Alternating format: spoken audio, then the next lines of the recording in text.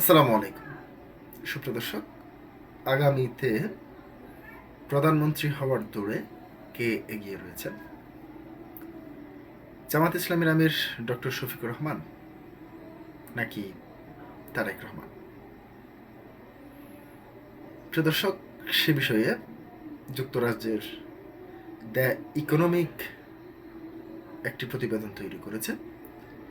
সেই প্রতিবেদনে বিএনপির চেয়ারম্যান তারেক রহমানকেই এই দৌড়ে এগিয়ে বলে তাদের প্রতিবেদনে প্রকাশ করেছে।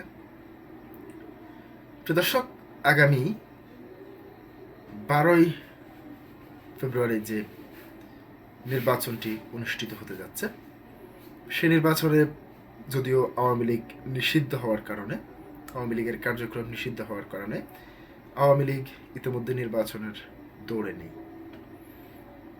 মূলত গণঅভ্যুত্থানের পক্ষের শক্তি বিএনপি এবং জামাত ইসলামী এই নির্বাচনে অংশগ্রহণ করছেন। এর বাইরে কিছু স্বতন্ত্র প্রার্থী রয়েছেন।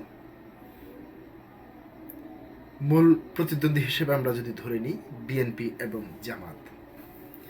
5ই আগস্টের আগে যে দুইটি রাজনৈতিক দল একত্রিত হয়ে শেখ হাসিনা সরকারের বিরুদ্ধে বিভিন্ন আন্দোলন সংগ্রাম করে গিয়েছিলেন, মূলত তারাই এই নির্বাচনে অংশগ্রহণ করছেন। এবং তার পাশাপাশি জাতীয় পার্টি আগামী নির্বাচনে অংশগ্রহণ করলেও জাতীয় পার্টি ক্ষমতায় যাওয়ার মতো এত সামর্থ্য চোখে পড়ছে না।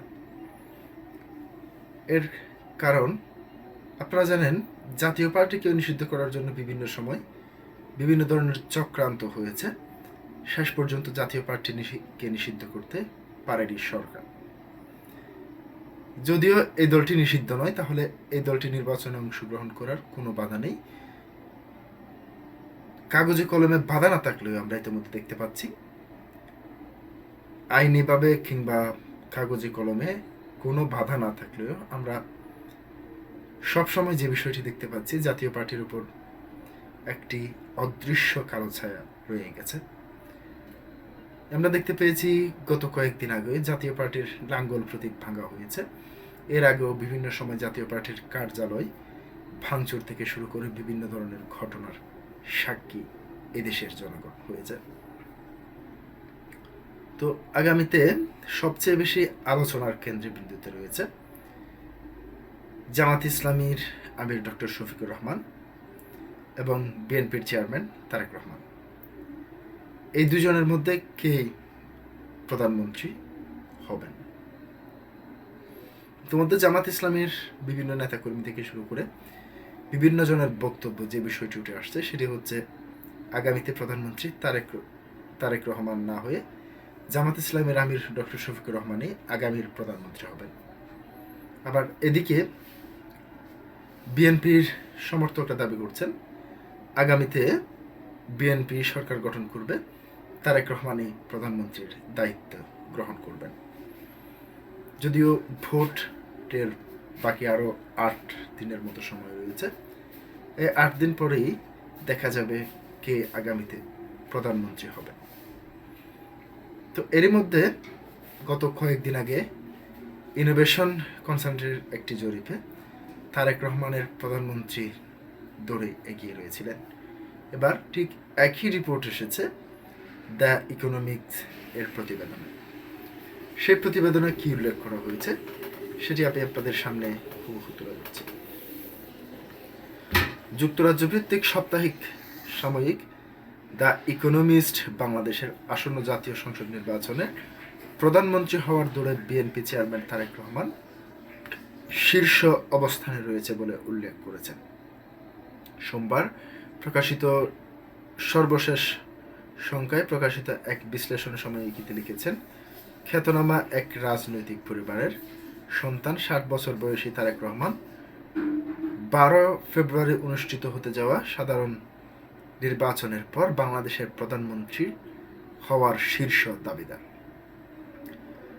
বিশ্লেষণে বলা হয়, এই নির্বাচন হবে 2018 সালে সংগঠিত এক বিপ্লব এর প্রথম নির্বাচন, যখন জেনারেশন জেড এর আন্দোলনকারীরা ফেসিবাদী শেখ হাসিনার নেতৃত্বাধীন আওয়ামী লীগের হত্যাযোগ্য ও দুর্নীতিগ্রস্ত 15 বছরের শাসনের অবসান ঘটায়। এতে আরো বলা হয়, গণতন্ত্রের প্রত্যাবর্তন আইনশৃঙ্খলা পরিস্থিতির উন্নতি ঘটাবে, বিনিয়োগকারীদের আশ্বস্ত করবে এবং ভারতের সঙ্গে বাংলাদেশের টানাপোড়েন পূর্ণ সম্পর্ক মেরামত করবে। তারেক রহমানের প্রধানমন্ত্রী হওয়ার সম্ভাবনা নিয়ে দ্য ইকোনমিস্টের এক পূর্বাভাস এসেছে। যুক্তরাষ্ট্রভিত্তিক টাইম ম্যাগাজিন এবং ব্লুমবার্গ সহ একাধিক আন্তর্জাতিক গণমাধ্যমে একই ধরনের বিশ্লেষণ। এরপর সমসাময়িকী 25 ডিসেম্বর তারেক রহমানের দেশে ফেরার দৃশ্য বর্ণনা করে লিখেছেন, বুলেট প্রুফ বাসে করে তিনি যখন ফিরছিলেন তখন উল্লাসিত সমর্থকরা রাস্তায় ছুটে আসেন এবং বাসটি কয়েক মাইল ধীর গতিতে চলছিল, যেন অপেক্ষমান সমর্থকেরা তাকে ভালোভাবে দেখতে পারেন।